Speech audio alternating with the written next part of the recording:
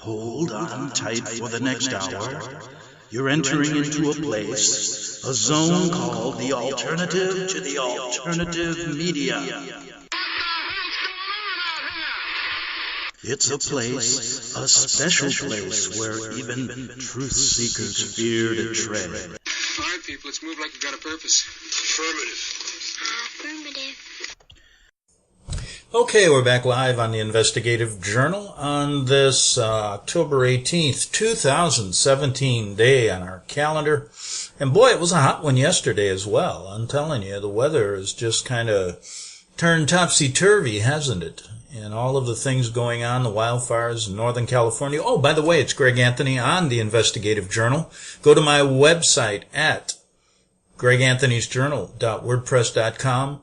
and get shows going back well over 12 years on what I call the Vatican-led New World Order. We're called the alternative to the alternative media, and that name was given to me years ago because we go just a little bit farther than most people, and we try to give you not just 99% of things. We don't withhold anything. We just give you the whole story, both secular and spiritual, the best we can. And I'm going to try to do that today as well. However, we got to cover a story here. Remember the Panama Papers? Well, maybe you don't, but another journalist who got real close to things died in a recent car bombing attack. So it's, don't get too close to the truth. That's where the danger comes in. Now, reporter alerted police 2 weeks prior after receiving numerous death threats. Daphne Corona Galiza, who covered the leaks of millions of documents concerning the offshore dealings of powerful politicians and businessmen, was killed in northern Malta while traveling near the village of Bidni Benija. Okay, and so that's basically what the Panama Papers was all about. Now, local media reports that Galiza had alerted police just 2 weeks prior after she began receiving numerous death threats. The car bomb, which detonated near the journalist's home, sent the 53-year-old's Peugeot 108 several meters into a nearby field. Galiza, recently described as one woman of WikiLeaks, drew the ire of countless political figures in Malta. Well, that's the Knights of Malta. With her regular blog posts detailing corruption. The journalist's last story accused Malta's Prime Minister, Joseph Muscat, of ties to offshore companies accused of selling Maltese passports and receiving payments from the government as Azerbaijan. Quote, everyone knows Mrs. Corona Galicia was a harsh critic of mine, but both politically and personally, but nobody can justify this barbaric act in any way, Muscat said. Adrian Delia, the Nationalist Party leader, bluntly pointed the finger at Galiza's political journalism for the reason behind the attack. Quote, a political murder took place today, said Delia, also a target of Galizia's reporting. What happened today is not an ordinary killing. It's a consequence of the total collapse of the rule of law, which has been going on for the past 4 years. I'll tell you, it's been going on a lot longer than that. Galizia's family is currently petitioning the government to replace Consuelo Sherry Herrera as the incident's head investigator. Sherry was mentioned numerous times in Galizia's blog. In a statement, the family argued that Sherry could not conduct a magisterial inquiry through the seriousness and impartiality that is needed in the search for the truth. They're never going to find out. I mean, come on. No one thus far has taken responsibility for the attack. Galizia's reporting targeted a wide range of entities, including banks accused of money laundering and the mafia. So, you got a whole bunch of things going on there with that story. She got too close to the money, as they say, and you know what happens when you get too close to their money. I have a bunch of smaller stories. What I mean by that, a lot of little things that go on in the world we overlook because we're always constantly delving, putting our heads into the Jesuit business. We go deep down into the tunnels between the Georgetown University and the White House to get the truth about what they're planning ahead. These guys have been doing this for hundreds of years. They're good at it. And they're teaching our politicians how they've done it all those years. I mean, they've got a long history. First of all, without the Jesuits, this country wouldn't be here. That's correct. So the politicians better pay homage. But how about this story? Hong Kong to launch new electronic identification as part of a smart city blueprint. Coming to America, by the way. Coming soon to a city near you. Of course, it will be implemented for your own protection. Of course, because those selected officials care about you, don't they? Measures to be rolled out in the next 2 years will boost data security, technology chief says in Hong Kong. Hong Kong residents can expect to be issued with a new electronic identification within the next 2 years as parts of a plan to build a smart city. How can that be a smart city? These people, if they get an identification, electronic identification put on there, how smart are they? I would ban, you can't just say, hey, I don't want it. And if everybody said that, what are they going to do? Well, maybe kill everybody. And boost data security, according to the government's chief. Secretary for Innovation and Technology, Nicholas Young, said the EID would allow Hong Kongers, I like that, Hong Kongers. I'm going to be a Hong Konger. Easier access to online services offered by government and stronger safeguards of their personal data. Oh, is that right? I think it's just the opposite. The proposal comes amid mounting concerns about cybersecurity in Hong Kong. On Thursday, several runners signed up for the Standard Chartered Hong Kong Marathon reported suspicious transactions on credit cards used to pay their race entry fees, although the organizer has not confirmed any breaches. So what they're going to do is say, they're going to cause the breaches, and then they're going to force you into getting electronic, identification so they can track the hell out of you. And even do it more. Speaking on Saturday after a radio program, Yang said, with the application of the EID, I hope safer electronic services can be provided by the government to the public. Don't believe a word they say. We plan to launch the service in the next 2 years. He added that Hong Kong cybersecurity defense systems proved satisfactory with a successful knockback of WannaCry ransomware invasion. I love the way they talk about these things. Viruses. Computers are, they're a life of their own. They get viruses. They have invasions. They're constantly being attacked. It's crazy, isn't it? Cyber attacks. In May, that targeted firms using that Microsoft Windows operating system. But Yang said credit card theft was a concern. And the source of data leakages was often a user's own phone number or computer, resulting from people filling in too much personal data for online registrations. Now, if you were a hacker, why do you want to go into Joe Schmo's bank? He's got 10 grand in the bank, or 2 grand, or $500. Why do you want to waste your time on that? Go after the big boys, but the big boys never get the guys that do the money laundering, they never get their money laundering money stolen. How come is that? Because they're doing it. If I was one of them, I'd go after $45 billion instead of $45 in Joe Schmo's bank account, right? Now, a Hong Kong leader doubles R&D expenditure to $45 billion for the next 5 years to boost smart city innovation. Wow. Why didn't the hackers go after that?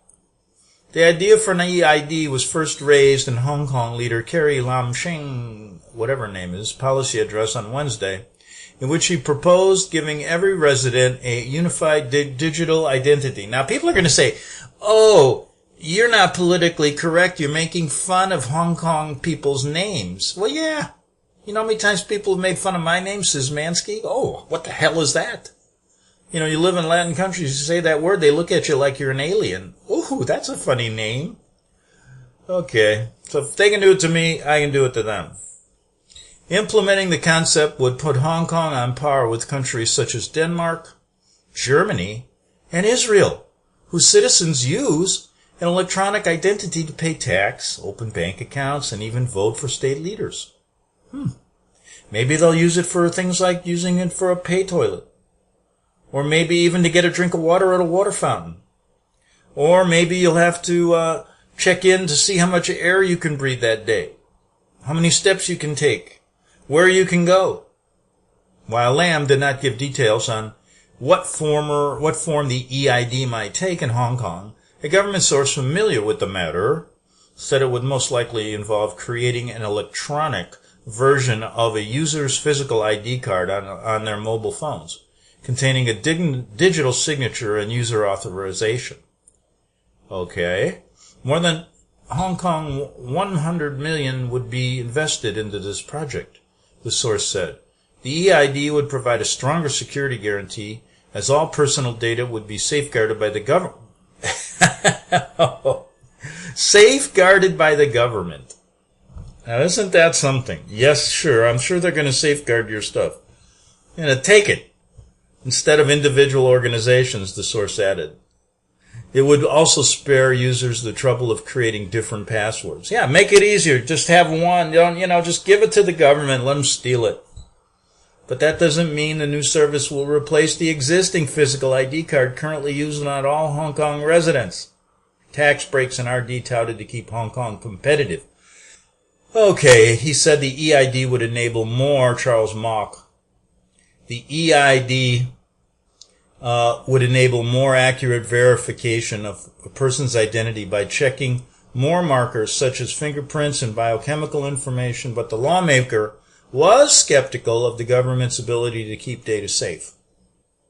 Yeah, I'm a bit skeptical myself. In fact, the most significant data breach in Hong Kong was actually from our own government, Mock said, referring to 2 laptop computers lost in March by the registration in an electoral office containing information on 3.7 million voters. Yeah, and you're going to give it to the government. After they take your tax money and spend hundreds of millions of dollars of doing it, then they want to steal the rest of your money. That's usually how it works. So if you're in Hong Kong, don't do it. And when it comes to America, don't do it. But people will do it because they believe in their government. The United States is a free country. Remember, it's the best country in the world. Whatever they tell us, we will do. We're obedient, law-abiding citizens, correct?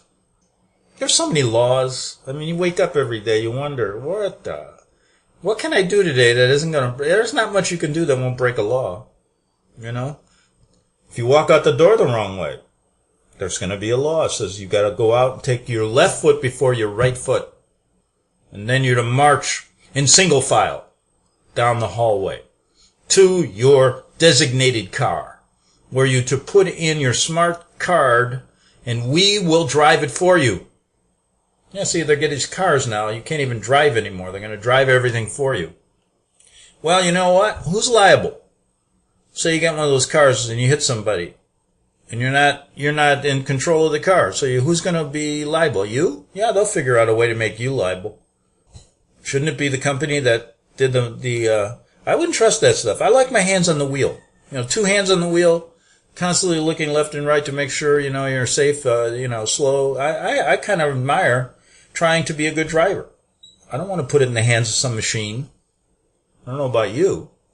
But, do you ever know where Jesus Campos is? Jesus Campos? Do you know who he is?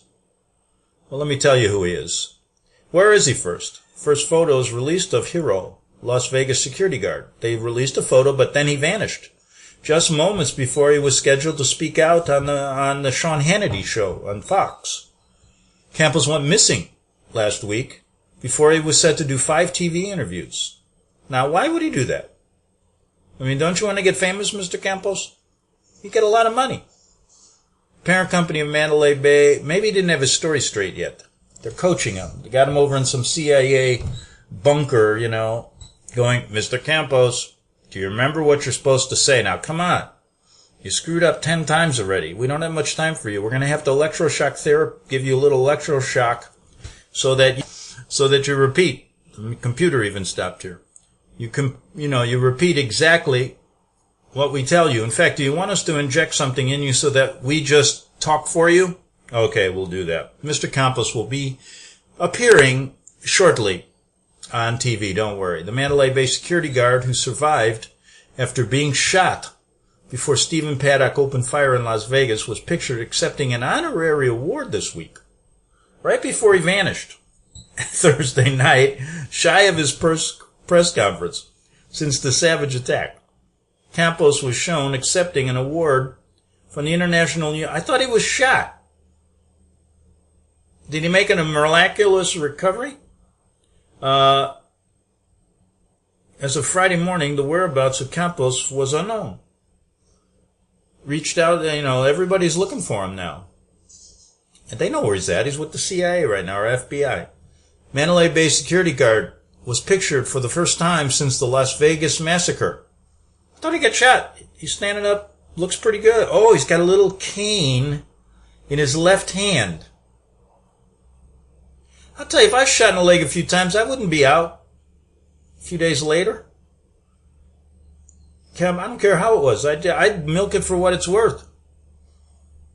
Campos second from right. He's shown accepting that award. Now he's sitting down, he's having a drink. He looks pretty good to me. As of Friday morning, the whereabouts of this man, that was last Friday, according to the latest timeline, I don't know where he's at, provided by police, detailing the events of Paddock sprayed 200 rounds into the hallway. Now, this guy supposedly sprayed 200 rounds into the hallway and wounding Campos in the leg. But he's having a drink here. He's standing up, he's got this little cane. I don't believe it. Campo, who was unarmed, survived the shooting and was scheduled to sit down for 5 TV interviews Thursday night, including one for Fox. ABC News reporter Stephanie Wash, what did she shorten it from, Stephanie Washington? Tweeted Thursday, quoting the president of Campos Labor Union, "We're in a room and we came out and he was gone." Whew! The FBI just swooped him up. Mandalay-based security guard was shot before gunman Stephen Paddock opened fire. Disappeared Thursday night. ABC and that reporter said Fox News Hannity tweeted that Campos canceled his appearance on his show Thursday night. She followed up by writing that Campos' whereabouts were unknown. Security guard was supposed to be interviewed by Big Sean Hannity, but the host tweeted on Thursday, canceled. Campos' disappearance came just hours after MGM Resorts International, which owns the Mandalay Bay, disputed the official timeline of the deadliest mass shooting in modern history, rejecting any suggestion that hotel staff delayed calling 911 for 6 minutes after Paddock opened fire. Boy, so they disputed. He's gone. I wonder where he's at. Maybe they found him so far. Somebody Google it and let me know. That's what you do. You don't have to do anything, and just Google it. That's what I do now. Want to learn something? Google it. What the hell? New timeline. This is the new timeline given out Monday. I don't really care about it. But you want to go through it just for the heck of it? 9:59. Campos approaches Paddock's room, looking for an alarm going off at the door nearby, likely from the stairwell. He's shot at and injured. But, immediately later he's accepting awards and he's sitting there having a drink. He immediately notifies hotel security. Stephen Schuck appears to back up his account. 10:05, first shots fired by suspect. 10:12, first 2 officers arrive on the 31st floor. 10:15, the last shots are fired from the suspect for reasons unknown. Maybe he ran out of bullets. 10:17, that's what I'm saying. The first 2 maybe just decided, I've killed enough. Or maybe he wasn't even there and it's a fake. Why don't we try that one? 10:26 to 10:30. With Paddock quiet, 8 more cops arrive and they decide to evacuate the rooms on the floor. 10:55. 8 officers arrive in the stairwell next to the suspect's room and find the door tampered with and a camera on a room service card outside. They decide to hold off. Paddock's room is breached and present to the room to find him dead. Yeah, right. Give me a break. The guy's, if this story was true, he just shoots 200 people and he's going to shoot himself. No, he's going to stand there like Jimmy Cagney and shoot every cop that comes near him. And then let some cop take him down. That's the way they did it back in the old movies. Come on. Tired of this, Same old story. They find the guy dead. Then you don't hear an autopsy report. Where'd he shoot himself? Did he put the shotgun in his mouth? Did he put it up his you-know-what? Who knows? This is ridiculous to think about all this. And then these things they put out. First, they put out one timeline. Second, they get their stories mixed up. That's why Campos is in some FBI holding cell getting injected with some kind of something so that they can talk for him. Or they put some microphone down his throat. I don't know what they do. But I know, this guy's got to get his story straight. Because, Paddock probably wasn't even up there. And this is the story they came up with. They screwed up a little bit, so they corrected it. And they're going to live with that story forever. 20 years from now, that'll be the same story, just like 9/11, just like the Kennedy assassination, just like the Lincoln assassination, just like every one of their assassinations, they come up with some lone lame gunman theory, and then they go with it. And no matter how stupid it is, they realize that stupid people are going to believe it. And then the few people that have enough brains to think on their own are going to be left out in the cold and thought of as crazy. Oh, it couldn't be that. I mean, if you ever see that theory on the shot, that bullet, that magic bullet, I've never seen a bullet. It goes wow and makes turns and circles and goes through 3 people or whatever, 2 people and arms and chests, and I mean and people believe it. And then when they don't believe it, they just laugh at it. Or you see it on, I remember there was a Seinfeld show that made fun of that in a different way, and it was humor, and people knew, hey, it's not true, but what are we going to do about it? What is humor? Time plus tragedy, right? And so everybody laughed on Seinfeld about it. But the laugh's on us, because we never even got the truth about the Kennedy assassination, and never will. We've got a whole bunch of theories. I've read most of them on the air over the years. But is anyone going to stick? No. The official stupid story will stick. Just like the official stupid story in 9/11 will stick. Just like the same official stupid story about who the Jesuit order really is. I mean, they call themselves the great educators. They're a holy group that follow the Christ. I mean, give me a break. And that's that people believe that stuff. They're just old priests doing good around the world, saving people. They're all over the world, doing tons of good with their relief efforts. It's a front for money laundering, for terrorism, and for every other despicable thing they can think of to bring about their one world government, one world order. And it's coming soon. And I started off with that Hong Kong story for a reason, because they're going to start identifying you the same way. Here, everything's going to be tracked, as if it isn't already. I mean, I know they got TVs now that can look right at you, I guess. We've talked about that before. So who's watching who? You think you're watching Seinfeld, and you got 3 FBI jerks looking, going, hey, look at what those guys are doing on their couch. I guess it'd be a great way to bribe important people they want to sway, right? Can they take pictures through the TV? That's my next question. Does anybody know that?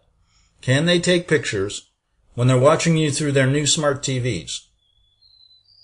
I imagine. I don't know. They probably think of everything.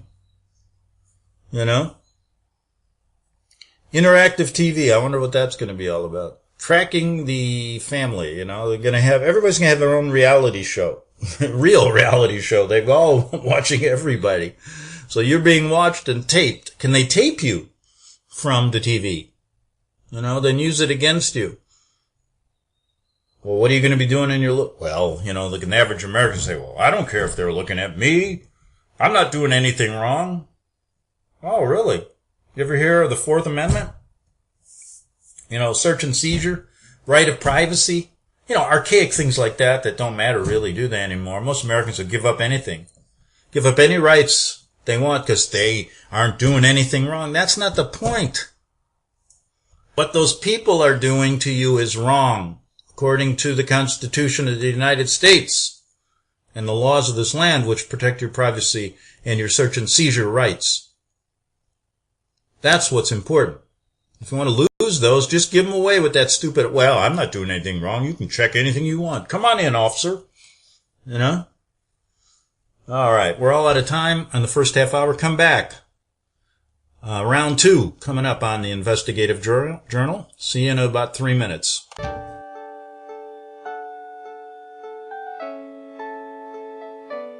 The program you are listening to is 100% sponsored by you, the listener, on this First Amendment Rights Media channel.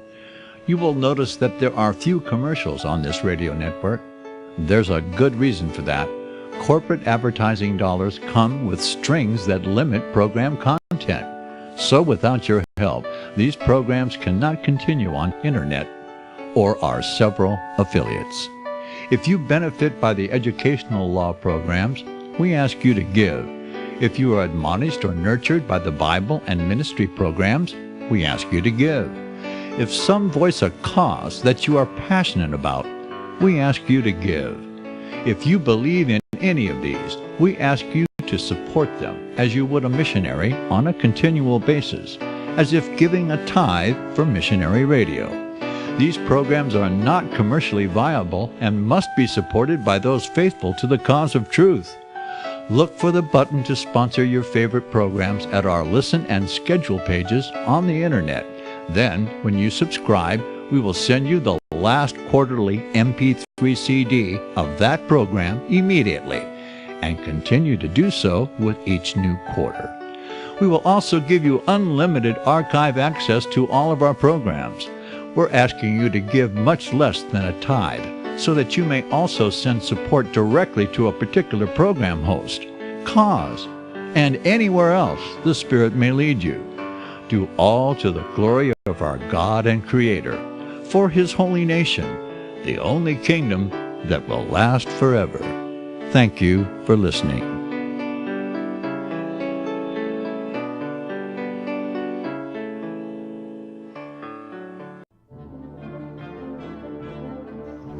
Visit crosstheborder.org, CROSS, crosstheborder.org, to get your print, EPUB, or PDF version of Nicholas Arthur's new book titled When the Third Temple is Built.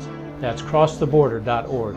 When it comes to prophecy today, much of the evangelical Christian world has their eyes on Israel, waiting and watching to see when the third temple will begin to be built.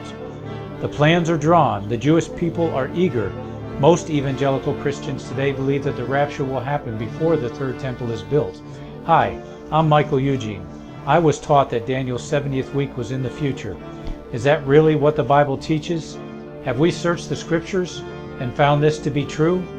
Why is it so important for a re-established Israel to build a third temple in Jerusalem? Is it necessary to build a temple on the same location already occupied by the Dome of the Rock? Is it necessary for sacrifices to take place in the temple on Temple Mount? Is there really a rapture followed by 7 years of tribulation? What is the New Testament temple? Can we identify history and prophecy? Who is the first beast in Revelation chapter 13?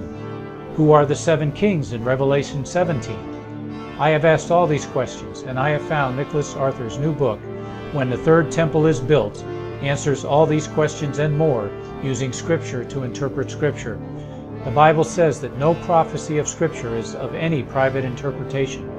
Nicholas shows us in his new book, When the Third Temple is Built, how the Bible interprets prophecy and not man's private interpretation. Visit crosstheborder.org, CROSS, crosstheborder.org, to get your print, EPUB, or PDF version of Nicholas Arthur's new book titled When the Third Temple is Built. That's crosstheborder.org. The following program is labeled dangerous and off limits by the supreme Jesuit command. But stand tall, people. Listen up, and you may just learn something. Oh, dear Lord Jesus, this ain't happening, man. This can't be happening, man. This ain't happening. Okay, we're back for the second half hour of the Investigative Journal. And at the break, I was thinking, wouldn't it be nice to do a half-hour show? I could be up and on my way. I remember I used to do 4 hours a day. And I said, wouldn't it be nice to do 2 hours? And then I went to 2 hours. And then I said, wouldn't it be nice to do 1 hour? And I went to 1 hour. What if I went to a half hour? Then I said 15 minutes, then 7 minutes, then 3 minutes. Pretty soon I'd be down to 0. So we'll stick with an hour. How about that? Okay, we got an hour. Okay, I want you to go find this. Somebody sent me this, and I haven't been able to verify it, but it's a recently uncovered NASA-funded report. Is already creating panic among even the most fervent doubters. It describes an event so catastrophic and so horrifying that's going to wipe up and wipe out to 90% of the U.S. population. Now, does that include people that don't live in America? I would suggest no. U.S. population. Well, I could be considered in the population, but I don't live in America. What about all the expatriates that live in Europe? It describes an event so catastrophic and so horrifying that's going to wipe out 90%. How do they know 90? Either these are fake and they weren't here to scare you, or they're true.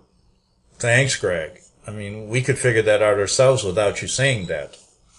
The signs have already begun, though, they say. You've seen it in other places around the world. You've seen it happen overnight, and you will see it here.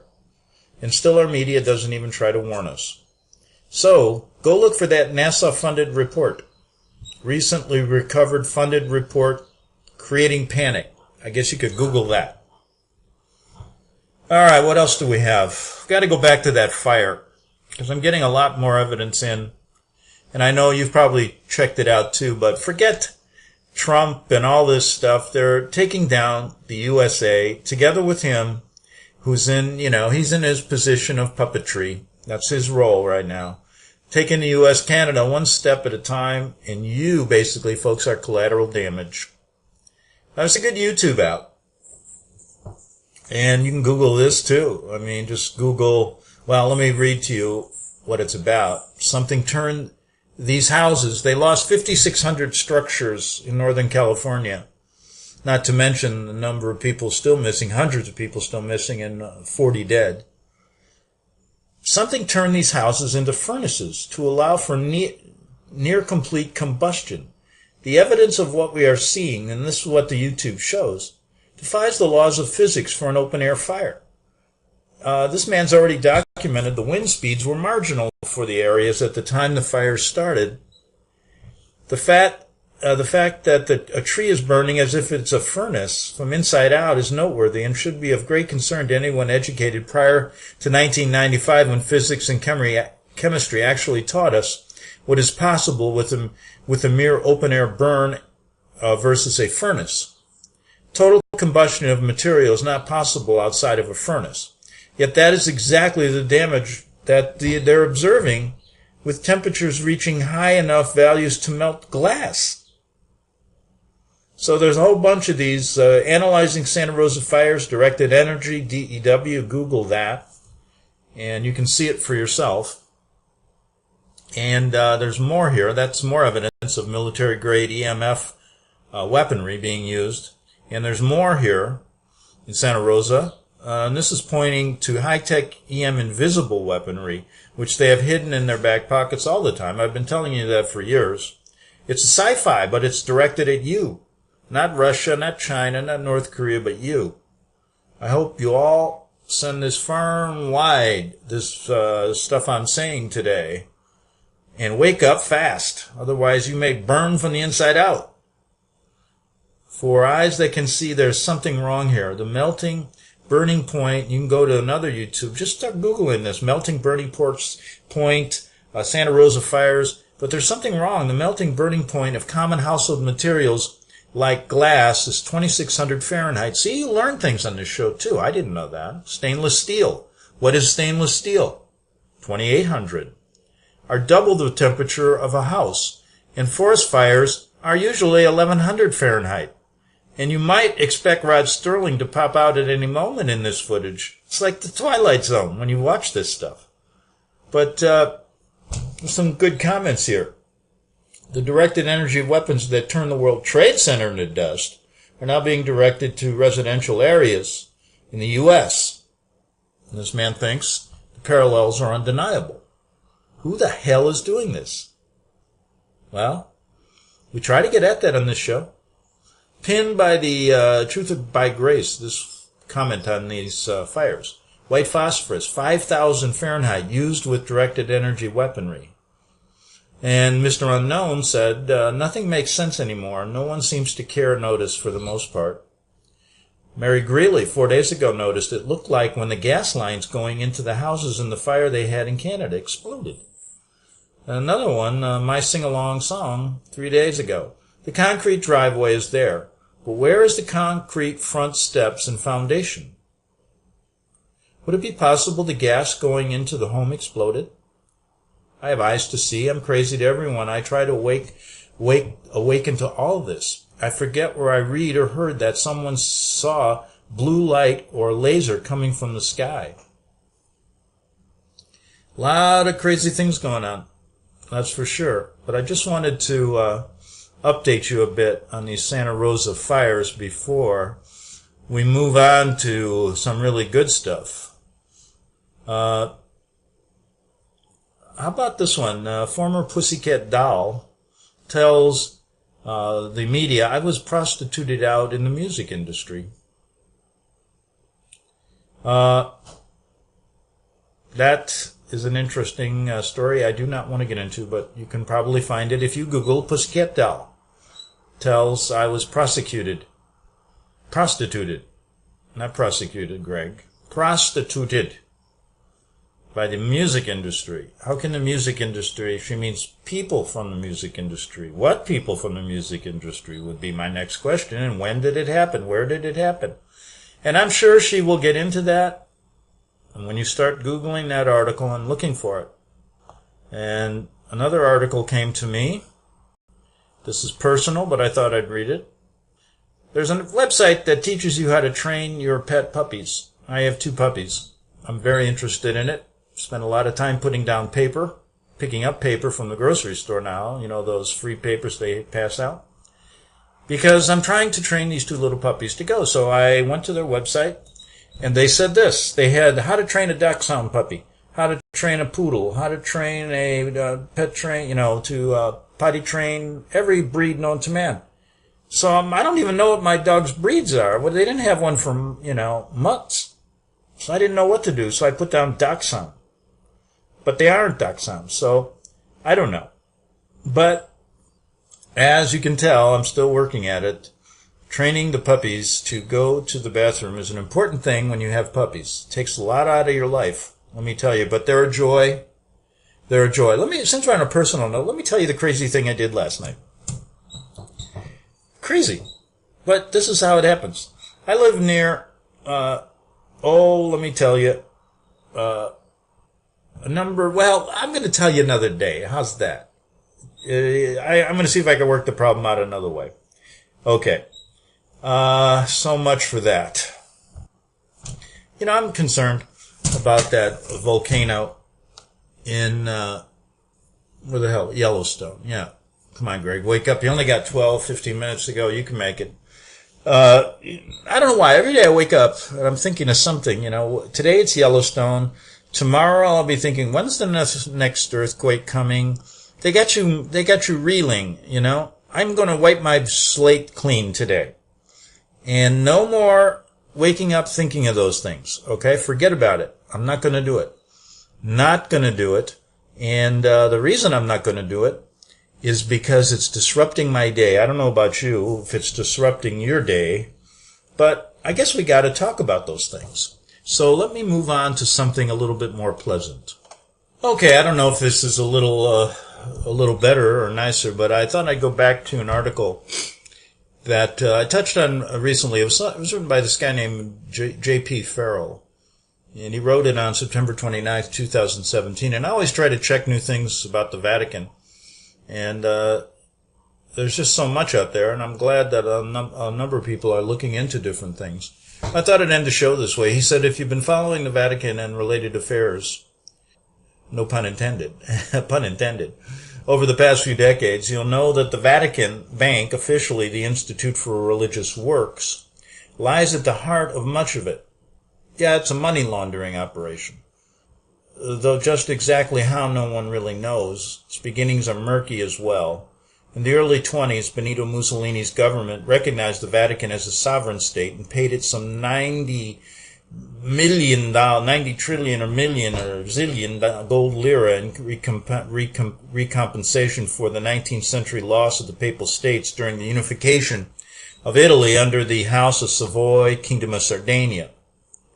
That money, according to some, was parlayed by the Vatican through shrewd investments in Italian chemical industries and other combines into vast fortunes in American investing as well. If one is to believe the plot line of the late Father Malachi Martin's novel, Vatican, a bargain was struck between the Vatican and high Masonic powers of Europe to allow it to enter into the game of international finance. Yeah, why not? They've been doing it for years. In return for this bargain, someone, Martin never really clarifies, was given the right to exercise a secret veto during a papal conclave should a candidate secure election at the powers that were found unacceptable. For a period, some have argued that the Habsburg emperors apostolical of Austria exercised this power. Fast forward to the 1940s, the 1970s, and the 1980s. This saw the kidnapping and murder of Italian Premier Aldo Moro, the connection of the Gladio operation finally being exposed. Though the Red Brigade was made to take the fall, this action, some have alleged, was connected to the relationship between the CIA, Masonic connections again, and the Vatican of Pius XII forged in post-war Italy.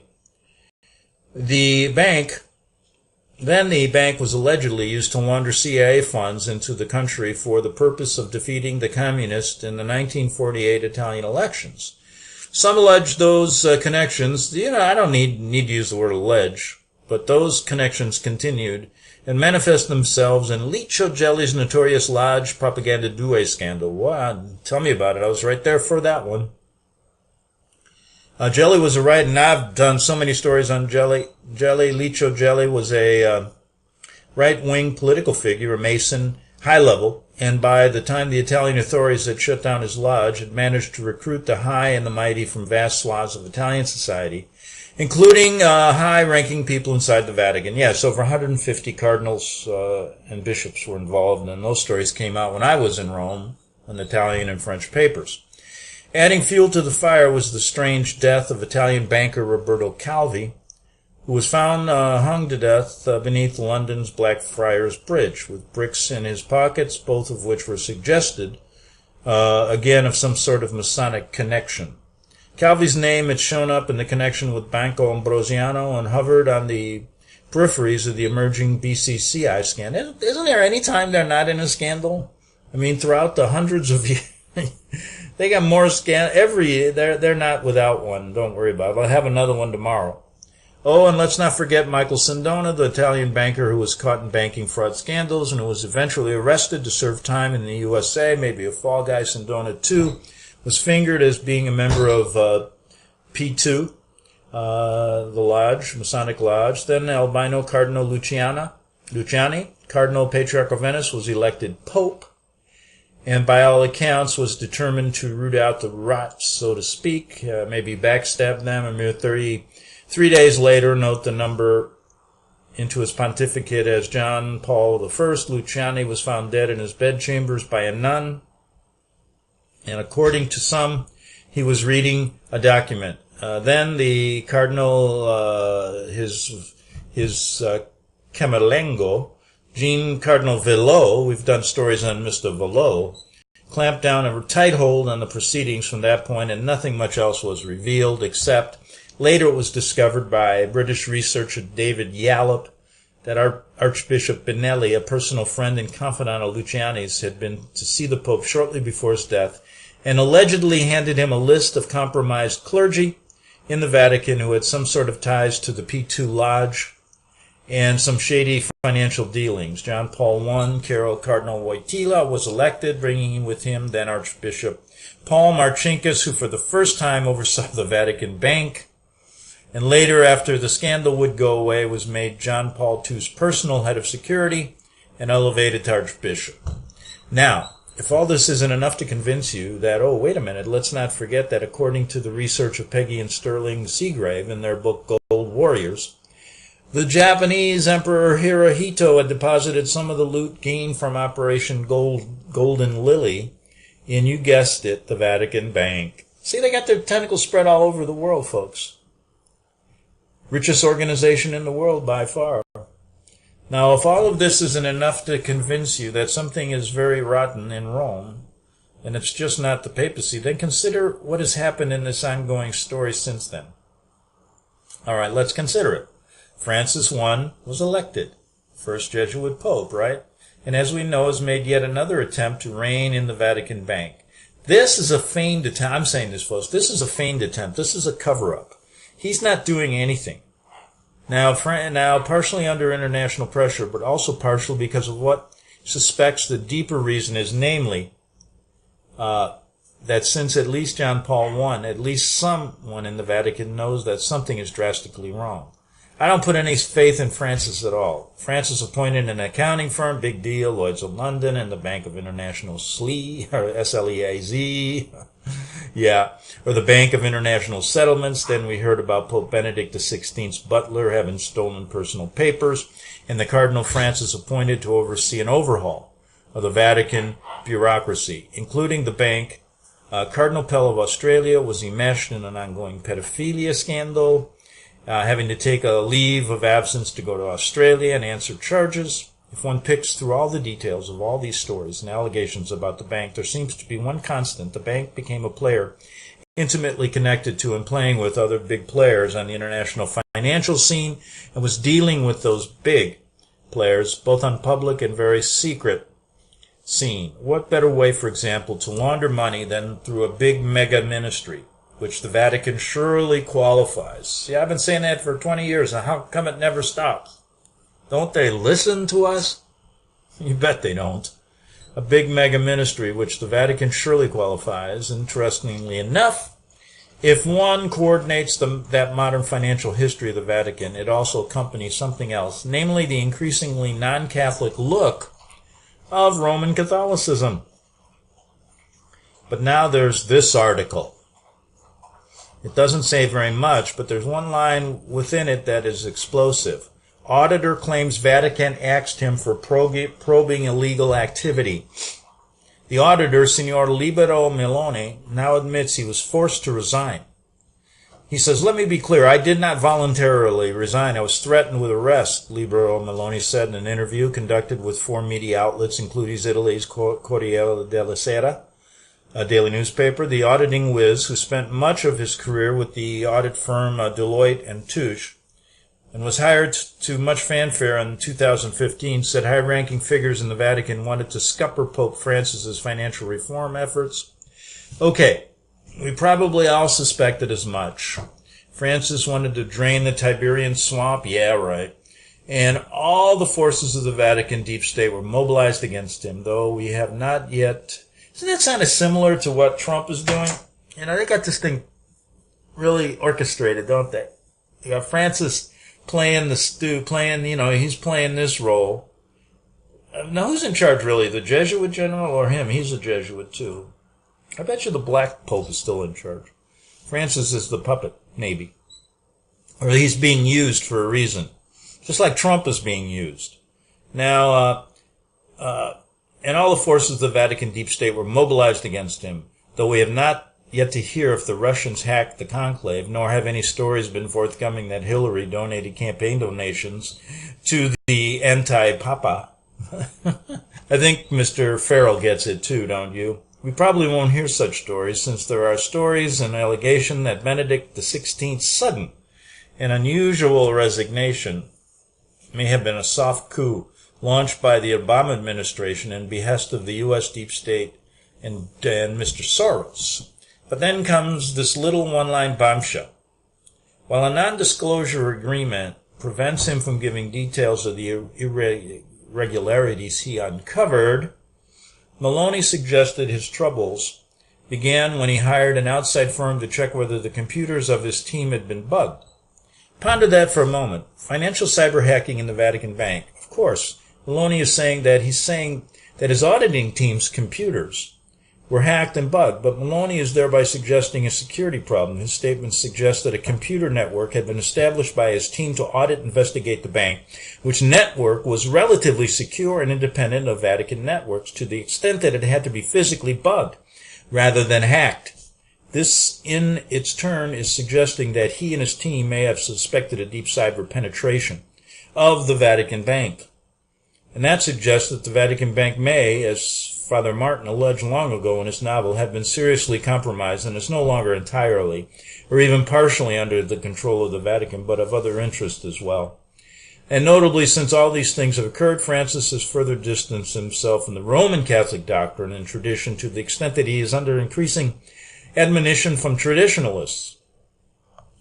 In what is known as a filioque correction for propagating heresy, 62 Catholic scholars have corrected Pope Francis in an action that has not occurred since the Middle Ages. See, he's like the Trump of the Vatican, you know. The letter was delivered to Pope Francis on August 11th, 2017, but the pontiff did not respond, and therefore it was made public on September. Okay, so there you have it. Just a little bit more intrigue from the Vatican. And the story goes on and on and on. And I bet you if you Google Vatican scandals, there's a new one today. Now, we've been covering this for a number of years, a lot of years. And it never ceases to amaze me how much more you can find on them. And what I'd like you to do, though, is by the end of the show here, we made it through another day. God willing, and the creek don't rise, we'll be here tomorrow. But anyway, go to my website at Greg Anthony's Journal at WordPress.com and press that donate button because we're listener-sponsored and every little bit helps to keep this show on the air. I'd really love to keep doing it. But we need to have your listener support to do that. So go to GregAnthony'sJournal.wordpress.com and don't hesitate. Go back to some of the old shows. There's a whole bunch of them on there. And I tell you, you'll find something there that you'll like. And I know you'll probably find things you don't like. But that's part of the game. That's part of what we do here. You know, you got to put everything out on the table. And then you pick up what you want and put it into your memory bank and go on to research for yourself. That's all we can do. And you know, we want thinking people to listen to this show. We don't like to have, you know, robots who are controlled by the state that are good workers. That's what they want you to be. They want you to question. They don't want you to do anything but listen to them, and they'll protect you. We don't want those kind of people here. Well, if you like that and you start reading some of this stuff, I'm sure, and then you go on to other people's spots and other websites, you will change. Yep, it'll change your life. I guarantee it. As many of my listeners have contacted me and said that. And so I want to thank those people that have helped me out financially. And I want you to go to the website, Greg Anthony's Journal at WordPress.com. Press the donate button, or we're listener-sponsored. And like I said, we'll be here tomorrow again on Thursday. And what is today? Yeah, tomorrow is Wednesday, the 18th, and then Thursday will be the 19th. They make it easy for you to remember, don't they? But anyway, we're all out of time. See you tomorrow on the Investigative Journal. The book of Revelation says, the spirit of prophecy is the testimony of Jesus Christ. This is at the very heart of FirstAmendmentRadio.com. In that spirit, we have created the Prophecy Reality News app for all of your mobile devices, streaming First Amendment Radio 24 hours a day, 7 days a week. Available for your Apple, Android device, and smartphone, absolutely free. Get the Prophecy Reality News app installed today so you can listen to First Amendment Radio wherever you are. The Prophecy. Since the beginning of time, kings have sought it, nations have fought for it. It has been traded, it has been borrowed, it has been purchased, it has been stolen. There's a reason for it. To secure the blessings of liberty to ourselves and to our posterity. Invest with the security of gold and silver. Call Discount Gold and Silver Trading at 1-800-375-4188 or visit discountgoldandsilvertrading.net. Listen to Financial Survival with your host Melody Cedarstrom right here on FirstAmendmentRadio.com at 4 p.m. Eastern or 1 p.m. Pacific Time. Visit discountgoldandsilvertrading.net or call Discount Gold and Silver Trading at 1-800-375-4188. Toll free 1-800-375-4188.